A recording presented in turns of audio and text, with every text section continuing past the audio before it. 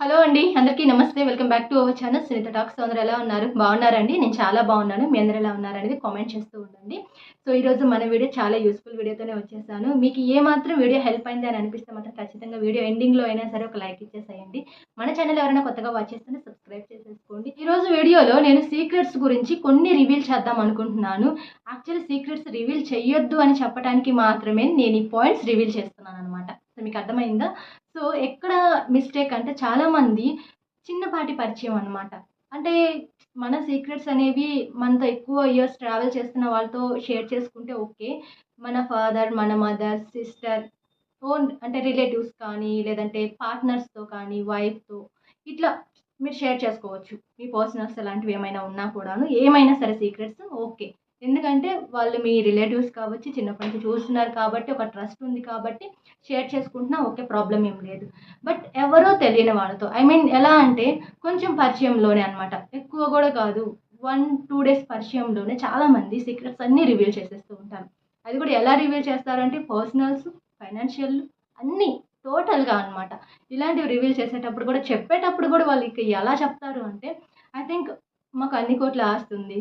ఇన్ని కోట్ల ఆస్తి ఉంది. మాకు ల్యాండ్ ఉంది. మాకు బిజినెస్‌లున్నాయి. సో మాకు ఇంత ప్రాపర్టీ ఉంది. సో మాకు బ్యాంక్ బ్యాలెన్స్ ఇంతుంది. నేను మనీ ఈ బ్యాంక్‌లో సేవ్ చేస్తున్నాను. మాకు ఇంత గోల్డ్ ఉంది. ఇలాంటివన్నీ కూడా రివీల్ చేస్తూ ఉంటారనమాట. వాళ్ళు అనుకునేదేంటి అంటే ఏదో గొప్పలుగా పోతున్నాం అనుకుంటారో, లేకపోతే కొంతమంది తెలియక అలా రివీల్ చేసేస్తూ ఉంటారో తెలీదు కానీ, బట్ అవన్నీ చెప్పటం వల్ల మీకు ఉపయోగం కంటే నష్టమే ఎక్కువ ఉంటుందనమాట.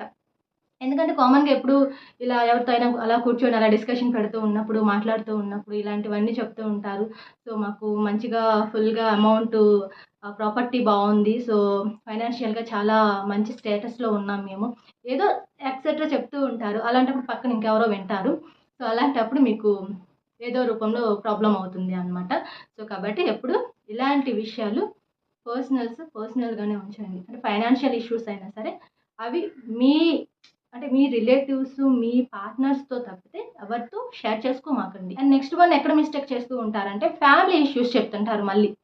నాకు అది బాగలేదు, ఇది బాలేదు, అలా జరిగింది, మా ఫ్యామిలీస్‌లో ఇలా జరిగింది. ఇలాంటివన్నీ కూడా డిస్కషన్ పెడుతూ ఉంటారనమాట.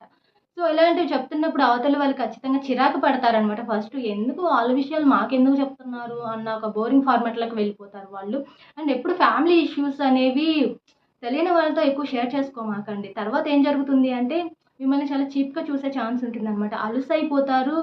అండ్ వాళ్ళు ఇంకొక ప్లేసెస్‌లో సేమ్ డిస్కషన్ తీసుకెళ్ళి పెడుతుంటారనమాట. సో వాళ్ళ ఫ్యామిలీస్‌లో అలా జరిగిందంట, ఇలా జరిగిందంట.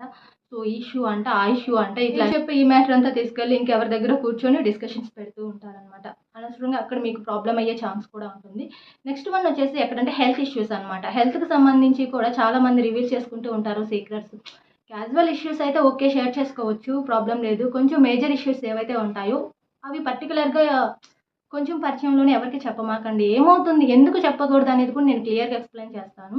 ఎందుకంటే అలా చెప్పటం వల్ల అవతల వాళ్ళకి తెలియటం మాత్రమే కాదు, అది స్ప్రెడ్ చేస్తూ ఉంటారనమాట. ఇంకొకరికి స్ప్రెడ్ చేస్తూ ఉంటారు. ఆ తర్వాత ఓకే, మీరు ఈ డాక్టర్‌ని కలవచ్చు కదా, ఆ డాక్టర్‌ని కలవచ్చు కదా, మీకు ఆ ఇష్యూ ఉంది కదా, ఈ ఇష్యూ ఉంది కదా. సో అని చెప్పేసి లేనిపోని ఏదో సలహాలు, ఉచిత సలహాలన్నీ ఇస్తూ ఉంటారు. అండ్ ఇంకొకటి ఏమిటి అంటే మీకు ఏదన్నా డిసీజ్ వచ్చింది అంటే సో తనకి ఆ జబ్బు వచ్చిందంట, ఇలా అంట, అలా అంట అని చెప్పేసి రూమర్స్ స్ప్రెడ్ చేస్తూ ఉంటారు. ప్లస్ ఇంకొక పాయింట్ ఎక్కడ జరుగుతుంది అంటే సో తను ఒకప్పుడు అలా మిస్టేక్స్ చేశారు కదా, కాబట్టి అలాగే జరిగింది, అలాగే జరగాలి కూడా అని కూడా అనుకుంటూ ఉంటారనమాట. అంటూ ఉంటారు కదా, సో నువ్వు ఇలాంటి మిస్టేక్స్ చేసి ఆ భగవంతుడు అందుకే నీకు ఇలాంటి శిక్ష విధించాడు అని అంటూ ఉంటారు కదా.